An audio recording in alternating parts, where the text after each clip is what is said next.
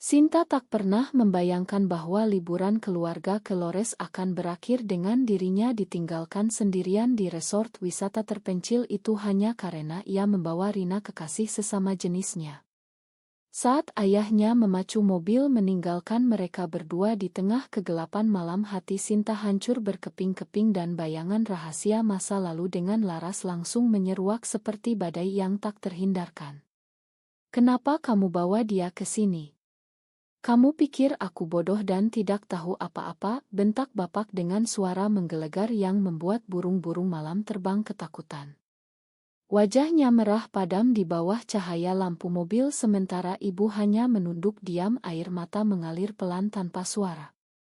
Adik laki-laki Sinta Budi yang baru berusia 20 tahun memegang pintu mobil dengan tangan gemetar, tak berani angkat muka.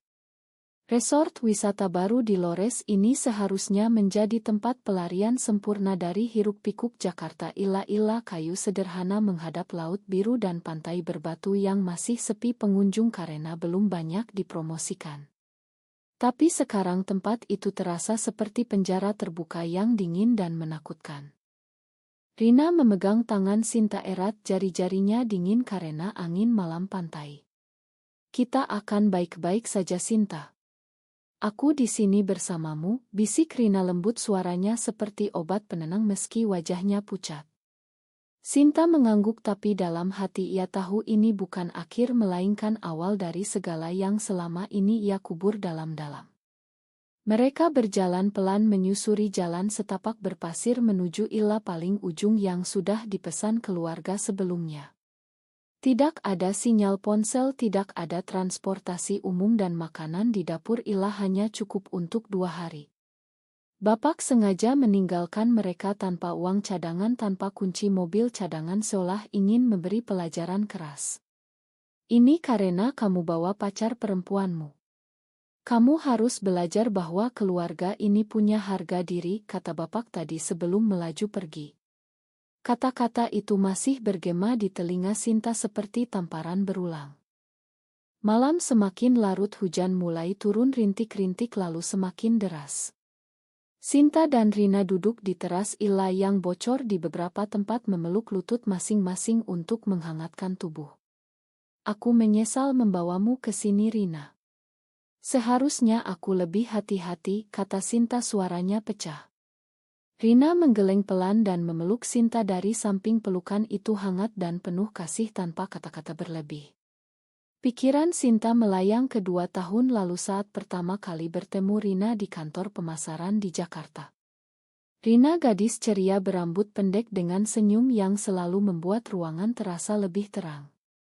Mereka mulai dekat secara diam-diam, makan malam berdua di warung kecil, nonton film di apartemen Sinta, dan perlahan cinta itu tumbuh tanpa bisa dicegah. Sinta pikir kali ini ia bisa menyembunyikannya lebih baik dari keluarga yang konservatif itu.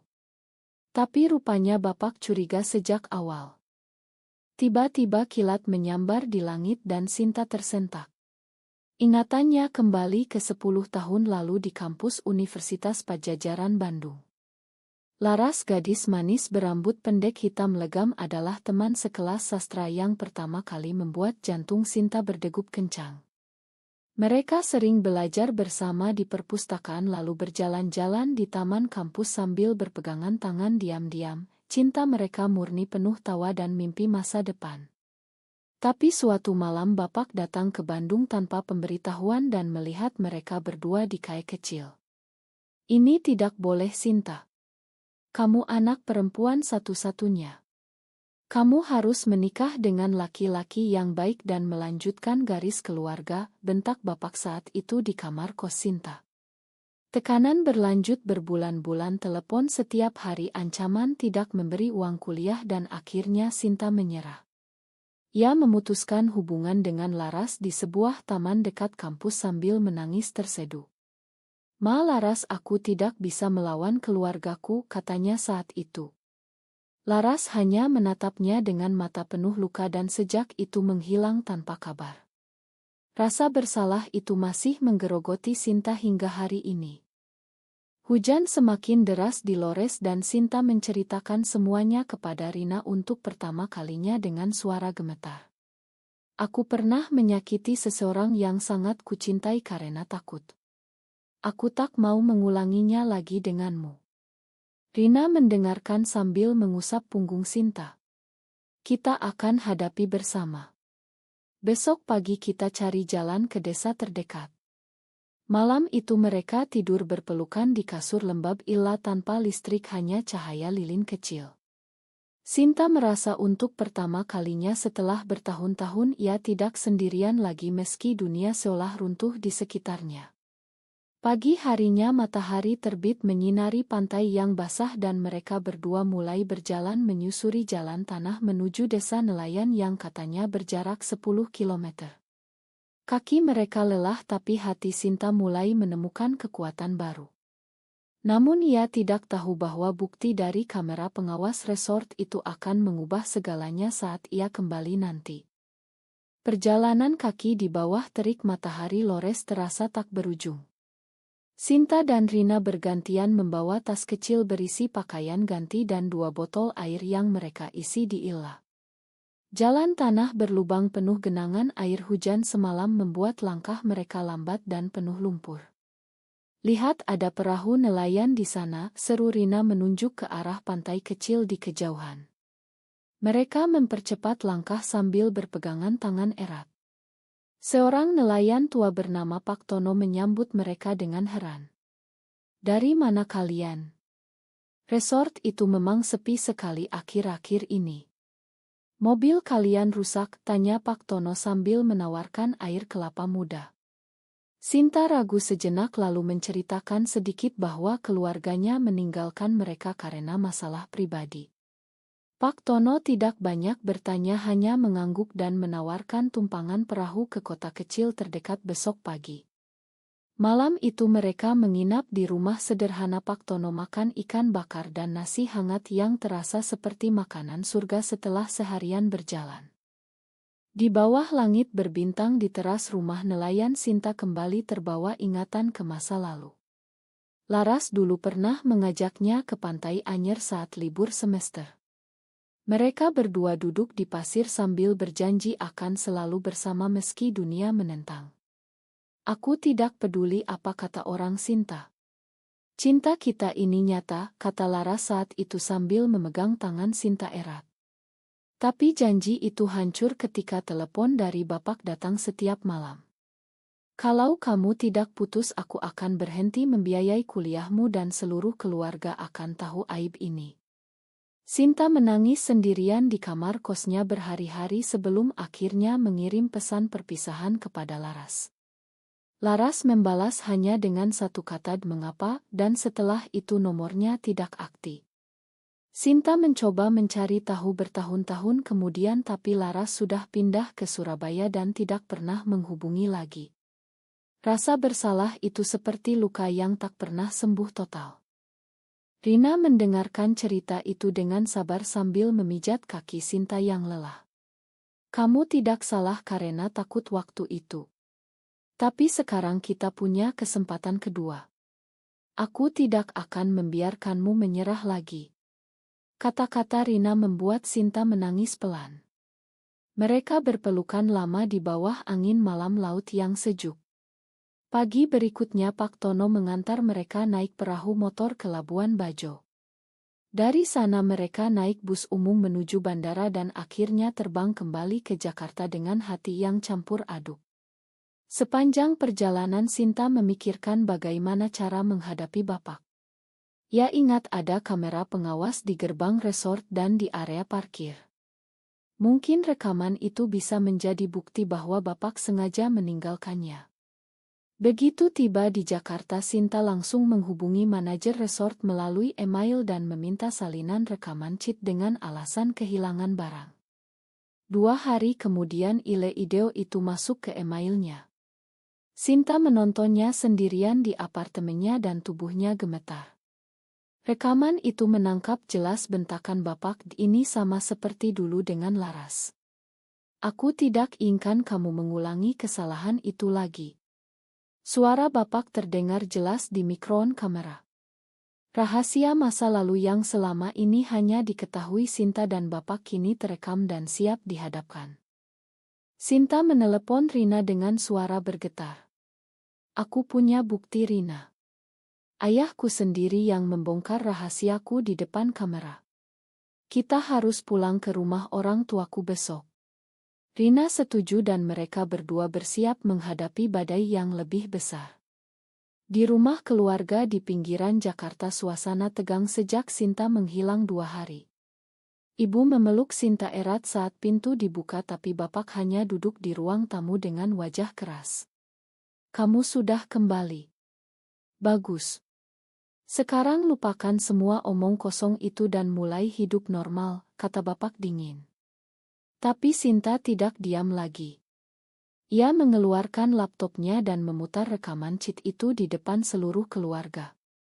Suara bapak menggema di ruangan ini sama seperti dulu dengan Laras. Ibu dan Budi terpaku. Rahasia yang selama 10 tahun disembunyikan kini terbuka lebar. Bapak berdiri tiba-tiba kursinya terdorong keras wajahnya pucat pasi. Ruang tamu rumah keluarga di Jakarta mendadak hening seperti kuburan.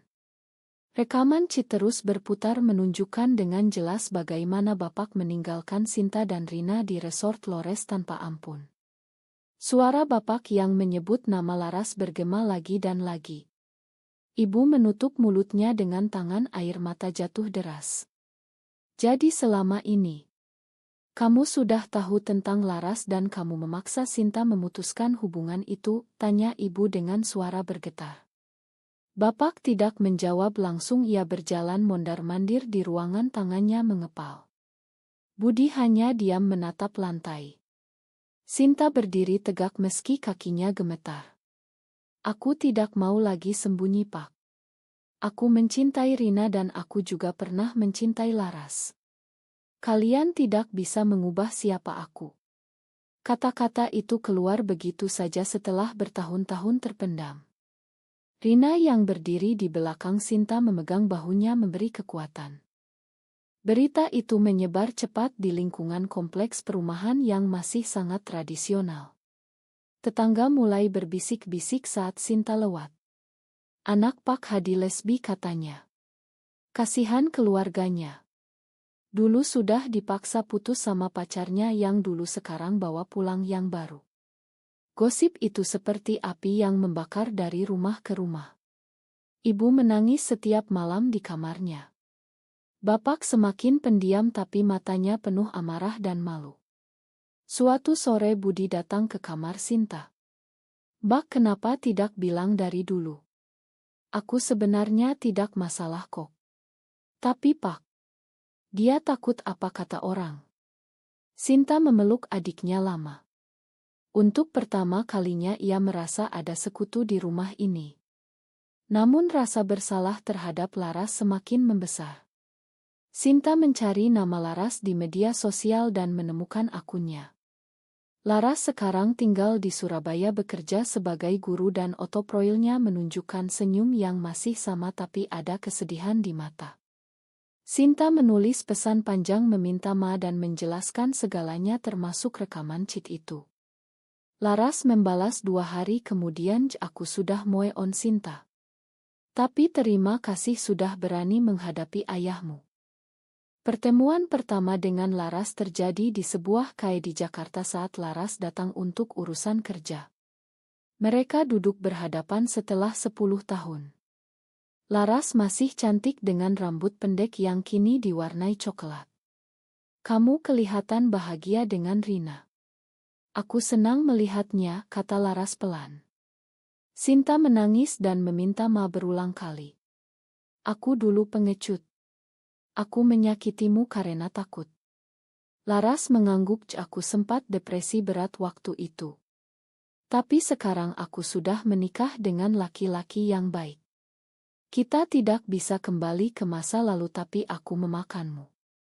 Pertemuan itu menyembuhkan luka lama Sinta meski menyisakan bekas yang dalam.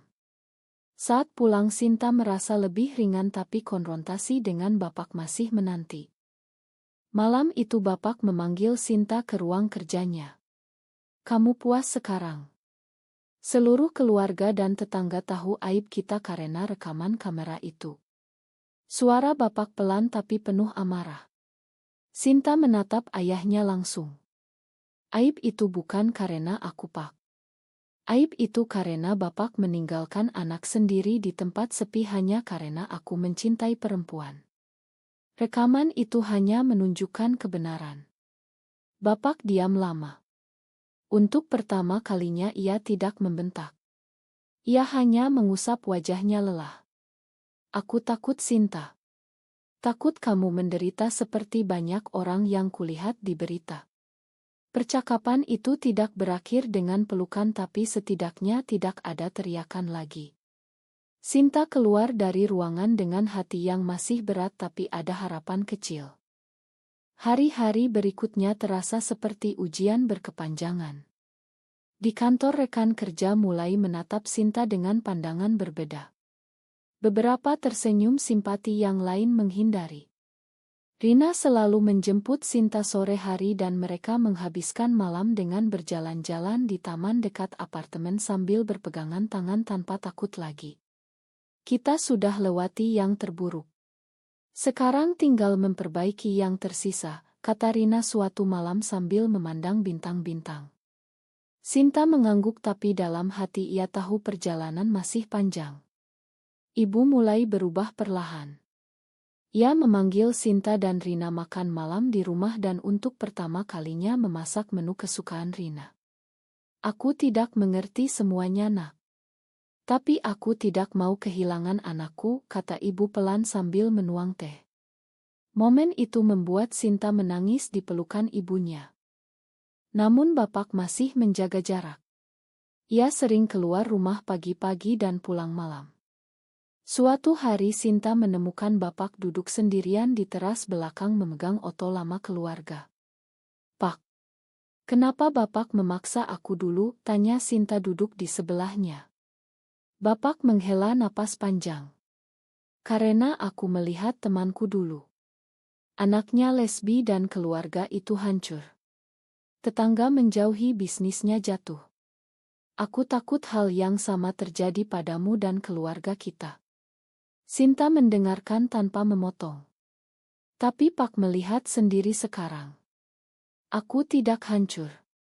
Justru aku lebih kuat karena tidak lagi berpura-pura. Bapak diam lama lalu mengangguk pelan. Mungkin aku salah. Rekaman kamera itu membuatku melihat diriku sendiri sebagai ayah yang kejam. Kata-kata itu adalah pengakuan pertama yang pernah keluar dari mulut bapak. Komunitas sekitar masih ramai dengan gosip. Ada rapat yang membahas masalah moral di kompleks. Bapak dipanggil hadir dan untuk pertama kalinya ia berdiri membela Sinta di depan tetangga. Anak saya punya hak untuk bahagia. Kalau kalian tidak suka itu urusan kalian. Suara bapak bergetar tapi tegas. Sinta yang menunggu di luar rumah mendengar semuanya dari ibu yang menceritakan. Malam itu bapak pulang dan untuk pertama kalinya memeluk Sinta singkat. Makan ayahmu yang keras kepala ini. Pelukan itu singkat tapi penuh arti. Rasa bersalah Sinta terhadap masa lalu mulai luntur digantikan oleh rasa syukur atas perjuangan yang ia lakukan. Sinta dan Rina memutuskan untuk tinggal bersama di apartemen baru yang lebih besar. Mereka merenovasi kecil-kecilan, menambah tanaman dan oto-oto perjalanan ke Lores yang kini menjadi kenangan berharga. Suatu akhir pekan Laras mengirim pesan mengajak bertemu lagi bersama suaminya. Mereka makan malam berempat dan tertawa mengingat masa kuliah. Kamu sudah menemukan jalanmu, Sinta. Aku bahagia untukmu, kata Laras sebelum pulang. Malam itu Sinta menangis bahagia di pelukan Rina. Akhirnya aku bisa menebus semuanya. Namun Sinta tahu perjalanan penerimaan masih terus berlanjut terutama di masyarakat yang masih banyak menilai. Waktu berlalu cepat setelah pengakuan bapak. Keluarga mulai belajar hidup dengan keadaan baru. Setiap minggu mereka makan malam bersama dan bapak bahkan mulai bertanya kabar Rina dengan sopan. Bagaimana pekerjaannya? Jangan lupa ajak dia ke sini kalau ada waktu. Kata-kata kecil itu membuat Sinta tersenyum lebar. Di tempat kerja Sinta mulai terbuka dengan beberapa rekan dekat dan mendapat dukungan tak terduga. Kamu berani sekali. Aku salut, kata salah satu teman perempuan di kantor. Gosip di kompleks perlahan mereda digantikan dengan pandangan yang lebih netral. Beberapa tetangga bahkan menyapa Sinta dan Rina saat mereka berkunjung ke rumah orang tua. Suatu hari Bapak memanggil Sinta ke ruang kerjanya lagi. Ia menunjukkan sebuah amplop. Ini tiket untuk kalian berdua ke Lores lagi. Kali ini ayah yang bayar dan ayah ikut mengantar. Ayah ingin lihat sendiri tempat di mana ayah melakukan kesalahan besar itu. Sinta terkejut tapi bahagia. Perjalanan kedua ke resort yang sama terasa berbeda. Kali ini Bapak berjalan di pantai yang sama dengan Sinta dan Rina. Ia berhenti di depan kamera pengawas yang dulu merekam semuanya. Rekaman itu membuat ayah malu pada diri sendiri. Ayah melihat betapa ayah menyakiti anak sendiri. Sinta memeluk ayahnya lama untuk pertama kalinya setelah bertahun-tahun. Terima kasih Pak. Aku sudah memakan. Rina berdiri agak jauh memberi ruang untuk ayah dan anak itu. Kembali ke Jakarta kehidupan semakin normal. Sinta dan Rina merencanakan liburan kecil ke Bali hanya berdua. Di bandara sebelum berangkat ibu menelepon. Hati-hati ya nak.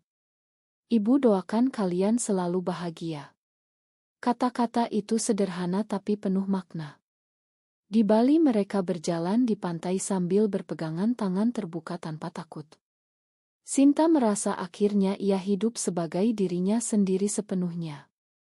Namun kadang-kadang di malam hari ia masih teringat betapa berat perjuangan itu dan betapa banyak orang yang masih harus berjuang seperti dirinya. Rina selalu ada untuk mengingatkan bahwa mereka tidak sendirian. Di rumah orang tua Bapak mulai membaca buku tentang psikologi dan menerima undangan dari komunitas orang tua yang memiliki anak dengan orientasi berbeda. Ayah ingin belajar lebih banyak. Ayah tidak mau menjadi ayah yang buta lagi, katanya suatu sore kepada Sinta. Perubahan itu lambat tapi nyata. Sinta merasa bangga melihat ayahnya yang dulu keras kepala kini berani mengubah pandangan demi anaknya. Keluarga besar mulai tahu satu persatu dan meski ada yang masih menolak mayoritas memberi dukungan pelan-pelan. Tahun pertama setelah badai itu berlalu dengan cepat. Sinta dan Rina kini tinggal bersama dengan bahagia di apartemen mereka yang nyaman. Pekerjaan berjalan lancar dan keluarga semakin dekat. Bapak bahkan ikut serta dalam acara kecil perayaan ulang tahun Rina di rumah. Selamat ulang tahun Rina. Terima kasih sudah menjaga anak ayah, kata Bapak sambil memberikan kado sederhana. Momen itu membuat semua orang di ruangan tersenyum haru. Ibu memasak lebih sering dan Budi sering mengajak Rina main game bersama. Rahasia masa lalu dengan Laras kini menjadi pelajaran berharga bukan lagi beban. Laras sesekali mengirim kabar dan mereka tetap berteman baik. Suatu malam di teras apartemen Sinta dan Rina duduk memandang lampu kota Jakarta yang berkelap-kelip. Kamu ingat hari kita ditinggalkan di Lores? Tanya Rina sambil memegang tangan Sinta. Sinta tersenyum. Bagaimana bisa lupa? Itu hari terburuk sekaligus hari terbaik karena aku akhirnya berani menghadapi semuanya. Mereka berpelukan lama di bawah angin malam yang sejuk. Sinta merasa damai untuk pertama kalinya dalam hidupnya. Perjalanan panjang penuh rasa bersalah, penilaian masyarakat dan konfrontasi demi konfrontasi telah membawanya ke titik ini. Ia tidak lagi menyesali masa lalu tapi belajar darinya. Ayahnya kini menjadi pendukung diam-diam dan masyarakat perlahan mulai menerima bahwa cinta tidak selalu sesuai dengan harapan orang lain. Namun Sinta tahu perjuangan ini belum selesai sepenuhnya. Masih banyak anak muda di Indonesia yang harus menyembunyikan siapa diri mereka karena takut kehilangan keluarga. Ia mulai bergabung dengan komunitas kecil yang memberikan dukungan psikologis secara diam-diam. Rina selalu mendampingi. Kita tidak bisa mengubah dunia dalam semalam, tapi kita bisa mulai dari diri sendiri, kata Sinta suatu hari dalam pertemuan kecil itu. Hidup mereka kini penuh makna dan cinta yang tulus. Di akhir perjalanan panjang ini Sinta berdiri di pantai yang sama di Lores saat liburan ketiga bersama seluruh keluarga. Angin meniup rambutnya dan ia memandang laut lebar. Bapak berdiri di sampingnya. Ayah bangga padamu Sinta. Kata-kata itu sederhana tapi menyembuhkan segala luka lama. Sinta tersenyum dan memeluk ayahnya. Rina dan ibu serta Budi berdiri tak jauh dari sana tersenyum melihat pemandangan itu. Bukti kamera yang dulu membuat ayah menunduk kini menjadi simbol kemenangan atas ketakutan dan prasangka. Apakah kita harus selalu mengorbankan kebahagiaan pribadi demi norma keluarga dan masyarakat, atau justru keberanian mencintai diri sendiri yang lebih penting meski dunia menentang?